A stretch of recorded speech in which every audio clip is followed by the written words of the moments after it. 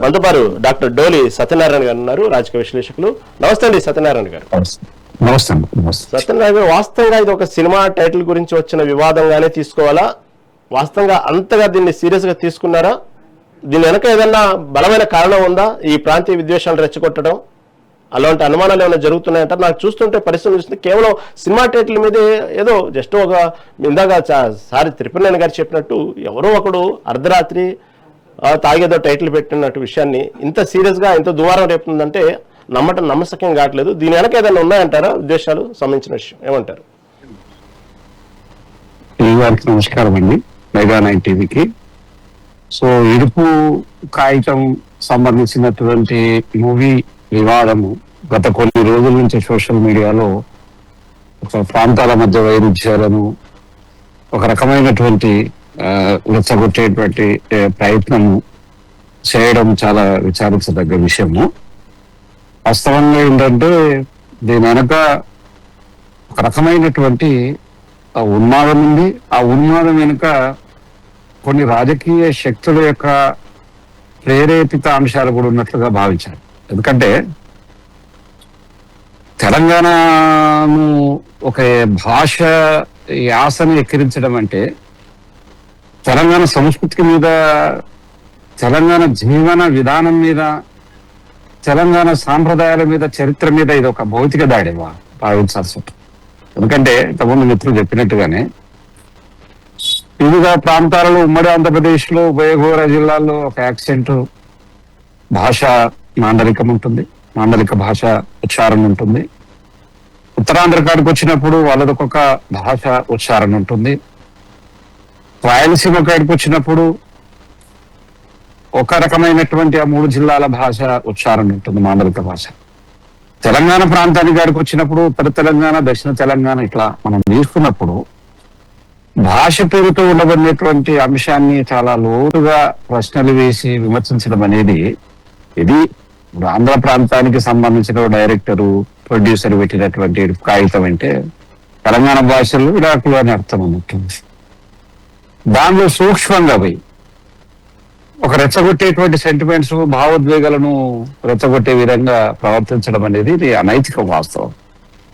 ఎందుకంటే ఇలా తెలంగాణ ప్రజలు ఇవాళ ఏం కోరుకుంటున్నారు? తెలంగాణ అంటే రాజకీయ కోణము అని అన్నప్పుడు మొన్న ఇటీవల హైదరాబాద్ కు పవన్ కళ్యాణ్ వచ్చిన నేపథ్యంలో ఆయన కొన్ని అభ్యంతరకరమైనటువంటి వ్యాఖ్యలు చేశారు.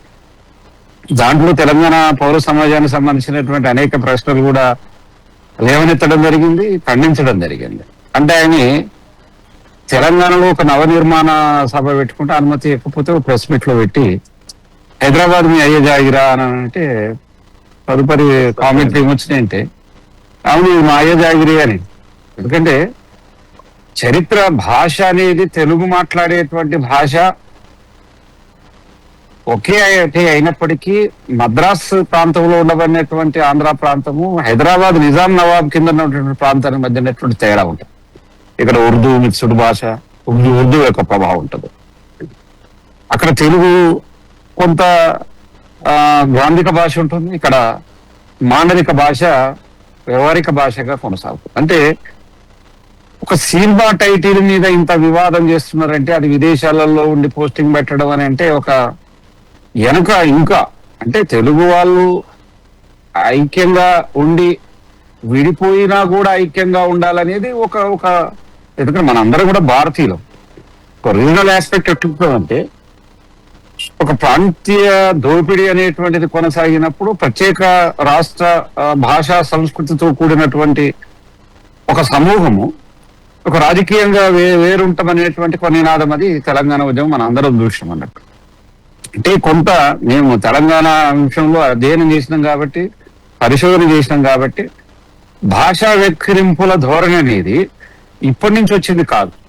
నేను అనేక సందర్భాలలో 20 ఏళ్ల క్రితం తెలంగాణ ఉద్యమం జరుగుతా ఉన్నప్పుడు సినిమాలలో తెలంగాణ యాస పెట్టి విలన్లకు పెట్టి ఎక్కిరించిన నేపథ్యంలో కూడా అదేవిధంగా తెలంగాణ భాషను అనేక సందర్భాలలో ఎక్కిరించినటువంటి సందర్భాలలో ఇక్కడ కవులు కావచ్చు, కళాకారులు కావచ్చు, చాలా మంది గోరెడ్డి వెంకన్న లాంటి వాళ్ళు, అనేక మంది విమలక్క లాంటి వాళ్ళు, గద్దర్ లాంటి వాళ్ళు కూడా తమ సాంస్కృతిక అస్తిత్వాన్ని పాటల రూపేలా సాంస్కృతికంగా పరిరక్షించుకునే ప్రయత్నంలో చెప్పడం జరిగింది. అంటే దీని వెనక ఏంటంటే ఒక రకమైనటువంటి ఈ భావోద్వేగంలో కొన్ని శక్తులు ఉండి ఈ రకమైనటువంటి చర్చ ఉండేది. ఎందుకంటే ఇలా అనేక ప్రాంతాల నుంచి అనేక గొప్ప గొప్ప రచయితలు కళాకారులు ఉన్నారు.